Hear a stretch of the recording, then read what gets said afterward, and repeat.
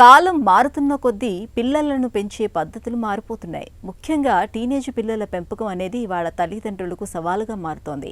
నేటి తరంలో కొంతమంది టీనేజ్ పిల్లలు చిన్న చిన్న విషయాలకు సైతం తల్లిదండ్రులతో ఘర్షణకు దిగుతున్నారు. తమకు కావలసిన వాటిని పొందటానికి అలగపూనుతున్నారు.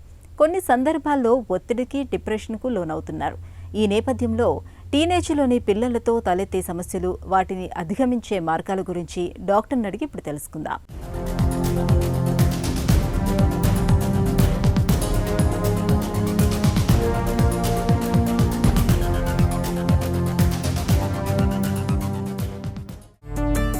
టీనేజీలో చాలా మందిలో కనిపించే ఆత్మన్యూనతను ఎలా పోగొట్టాలి? పర్టికులర్లీ టీనేజర్స్లో ఆత్మన్యూనతకి రీజన్స్ ఏంటి అని అంటే పేరెంటింగ్ స్టైల్స్ కూడా ఉంటాయి.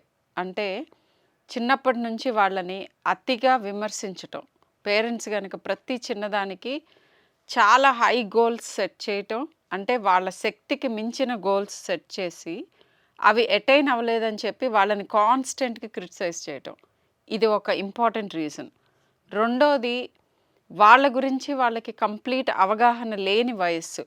సో వాళ్ళ ఎస్టిమేషన్ అబౌట్ దేర్ సెల్ఫ్, అంటే నేను ఇది చేయగలను, ఇది చేయలేను, లేదా ఇది ఉన్నదానికంటే ఎక్కువగా భయంతో ఊహించుకోవటం మూలన. ఇంకొక ఇంపార్టెంట్ థింగ్ ఏంటంటే, చిన్నప్పటి నుంచి పిల్లలకి టాస్క్స్ ఇచ్చి వాళ్ళంతట వాళ్ళు చెయ్యాలి అని ఇన్సిస్ట్ చేసి self care, independent thinking and ఒక పర్టికులర్ ఒక చిన్న జాబ్ ఇచ్చి అది చేసి దాంట్లో నుంచి వచ్చే కాన్ఫిడెన్స్ని బిల్డ్ చేయటం, ఇవన్నీ కాకుండా పర్సనాలిటీ ప్రాబ్లమ్స్ కూడా ఉంటాయి. అయితే మరి దీనికి విరుగుడు ఏంటి అని అంటే, ఎవరికైనా కాన్ఫిడెన్స్ ఎక్కడి నుంచి వస్తుంది? ఏదన్నా ఒక పర్టికులర్ పని చేసి ఆ పనికి అప్రిసియేషన్ దొరికినప్పుడు మన కాన్ఫిడెన్స్ మెల్లమెల్లగా బిల్డ్ అవుతుంది. సో ఇదొక్కటే దానికి సొల్యూషన్. అండ్ స్పెసిఫిక్గా కేస్ టు కేస్ మనం కనుక్కోవచ్చు, అంత లో సెల్ఫ్ ఎస్టీమ్ ఎందుకుంది, ఏదన్నా డిప్రెషన్ కానీ యాంగ్జైటీ కానీ ఇలాంటి అండర్లయింగ్ ప్రాబ్లమ్స్ ఏమన్నా ఉన్నాయా, వాళ్ళ గురించి వాళ్ళకున్న అవగాహన ఏంటి, దాంట్లో ఎంతవరకు నిజం ఉంది, అండ్ నిజమైన ప్రాబ్లమ్స్ కొన్ని ఉంటాయి, వాటిని సొల్యూషన్స్ మనం చూపిస్తే ఈ ఆత్మన్యూనత తొందరగానే ఓవర్కమ్ అవ్వచ్చు. శరీరాకృతి బాగోలేదని బాధపడే పిల్లల్ని ఎలా సరిదిద్దాలి?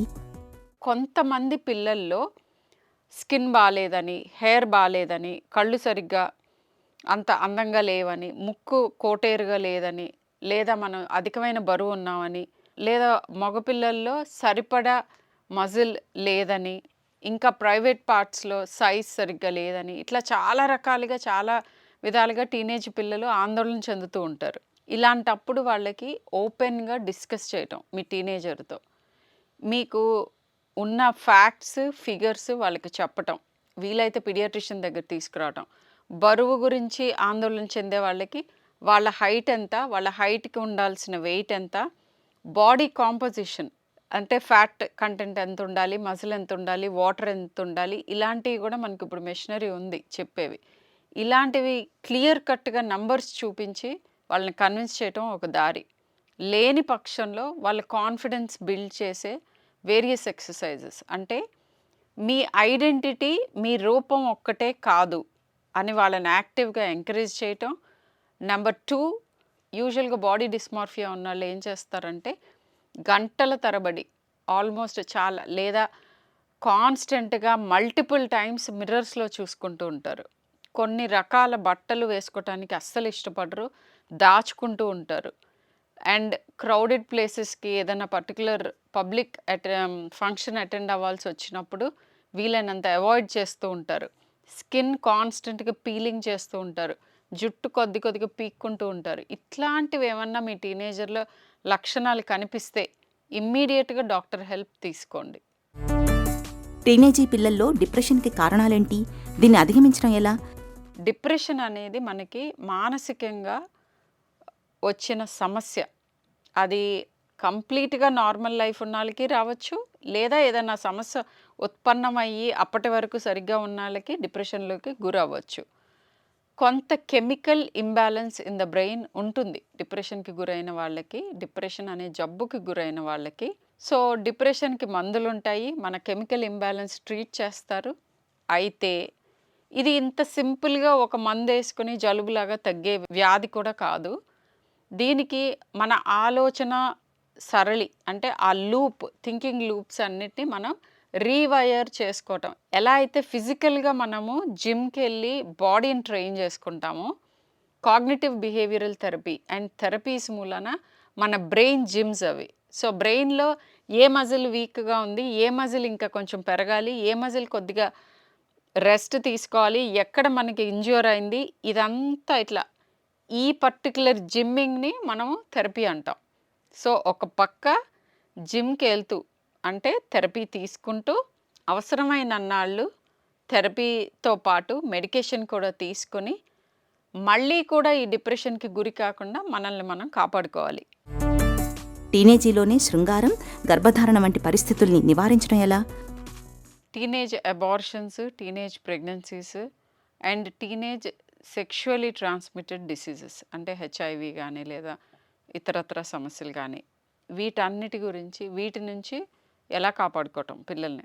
టీనేజ్ ప్రాబ్లమ్స్ అన్నిటికీ అవే దారులు. ఏమిటంటే ఓపెన్‌గా మనము వ్యాలిడ్‌గా పనికొచ్చే ఇన్ఫర్మేషన్ ఇవ్వటం. ఓపెన్ మైండ్‌తో పిల్లలతోటి మాట్లాడటం, కమ్యూనికేట్ చేయటం. అండ్ దేనిని డెమనైజ్ చేయకూడదు. కానీ అట్ ద సేమ్ టైం వాళ్ళకి వ్యాలిడ్ ఇన్ఫర్మేషన్ మాత్రం యాక్సెస్ ఉండాలి. How to protect from sexually transmitted disease. ఏ రకమైన బిహేవియరల్ ప్యాటర్న్స్ రైట్ కాదు, డేంజరస్, వాటిల్లో ఉన్న డేంజర్ ఏంటి, ఎలా ప్రెగ్నెన్సీస్ ఎలా రావచ్చు, సెక్షువల్ లైఫ్ స్టార్టింగ్ కానీ లేకపోతే ఈ సెక్షువల్ హెల్త్ గురించి ఇన్ఫర్మేషన్ వాళ్ళకి ఓపెన్‌గా డిస్కస్ చేసి కొన్నిసార్లు పేరెంట్స్‌కి ఆ రిలేషన్‌షిప్ ఉంటుంది. టీనేజర్స్‌తో ఇలాంటి ఓపెన్‌గా మాట్లాడేది. ఎలా ప్రొటెక్ట్ చేసుకోవాలి, ఎలా టీనేజ్ సెక్షువల్ బిహేవియర్స్ కొన్ని ప్రాబ్లమ్స్‌కి దారి తీస్తాయి అండ్ ఎలాంటి పరిస్థితుల్లో మనని మనం పెట్టుకోకూడదు, ఏది సేఫ్ అట్మాస్ఫియర్, ఎలాంటి పార్టీస్‌కి వెళ్ళొచ్చు, ఎలాంటి పిల్లల్లో ప్రాబ్లమ్స్ ఉంటాయి, అవి ఇమ్మీడియట్‌గా ఎలా వచ్చి మీకు చెప్పాలి. ఇవన్నీ కూడా మీరు ఓపెన్‌గా డిస్కస్ చేస్తే డెఫినెట్‌గా టీనేజర్స్‌కి ఇలాంటి భయాలు కానీ, ఆందోళనలు కానీ లేదా ప్రాబ్లమ్స్ కానీ రాకుండా అవాయిడ్ చేయొచ్చు. టీనేజీలో ప్రవర్తనాపరమైన లోపాల్ని ఎలా సరిదిద్దాలి? సో, ఇప్పుడు ఫస్ట్ థింగ్ మీరు చేయాల్సింది ఏంటంటే, ఈ టీనేజర్ కంప్లీట్‌గా చిన్న పిల్లవాడు కాదు. అన్ని రకాలుగానే మన మీద డిపెండెంట్‌గా ఉన్న పిల్లలు ఇండిపెండెన్స్ కోసం మూవ్ అవుతున్నారు. ఈ క్రమంలో వాళ్ళకి కావాల్సింది వెరీ ఇంపార్టెంట్ థింగ్, వాళ్ళ ఫీలింగ్స్, వాళ్ళ ఆలోచనలు వినే ఒక మనిషి నంబర్ 1. రెండోది వాటి గురించి valid, scientific, believable, factual information. వాళ్ళకి కావాల్సినది ఇది, ఇన్ఫర్మేషన్ ఇవ్వాలి. మూడోది which is very very valuable, me personal experiences. ఈ పర్సనల్ ఎక్స్పీరియన్సెస్ చెప్తున్నప్పుడు హై మోరల్ గ్రౌండ్ తీసుకుంటారు మోస్ట్ ఆఫ్ ద పేరెంట్స్. అంటే నేను చాలా పర్ఫెక్ట్, నేను అసలు నా లైఫ్లో ఏ రకమైన తప్పు చేయలేదు, నేను అన్నీ పర్ఫెక్ట్గా చేశాను అనే ఇంప్రెషన్ ఇద్దామని చూస్తే మీ టీనేజర్స్కి మీరు డోర్స్ క్లోజ్ చేస్తున్నట్టు.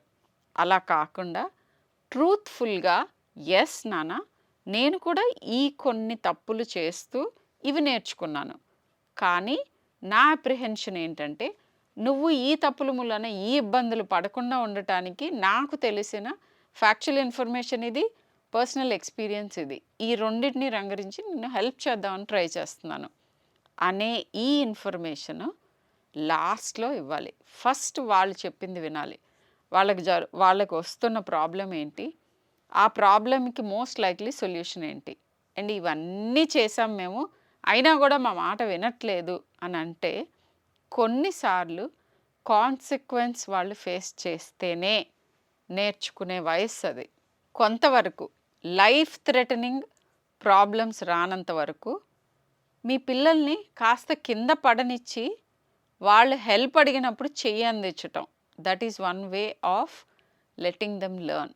ఇట్లాంటి చిన్న చిన్న కాన్సిక్వెన్సెస్ ఫేస్ చేయనిస్తే వాళ్ళలో చాలామందిలో పరివర్తన వస్తుంది. బట్ ఇంతకు మించి తీవ్రంగా వాళ్ళకి లెర్నింగ్ ప్రాబ్లమ్స్ ఉన్నాయి అని మీకు అనిపిస్తే డెఫినెట్గా మీ డాక్టర్ సలహా తీసుకోవచ్చు. We're there to help you. Teenage పిల్లలతో సమస్యలు ఎదురవుతున్నప్పుడు తల్లిదండ్రులు ఆ సమస్యల మూలాలను తెలుసుకోవాలి. అతిగా స్పందించకుండా సాధ్యమైనంత వరకు వివరంగా చెప్పడానికి ప్రయత్నించాలి.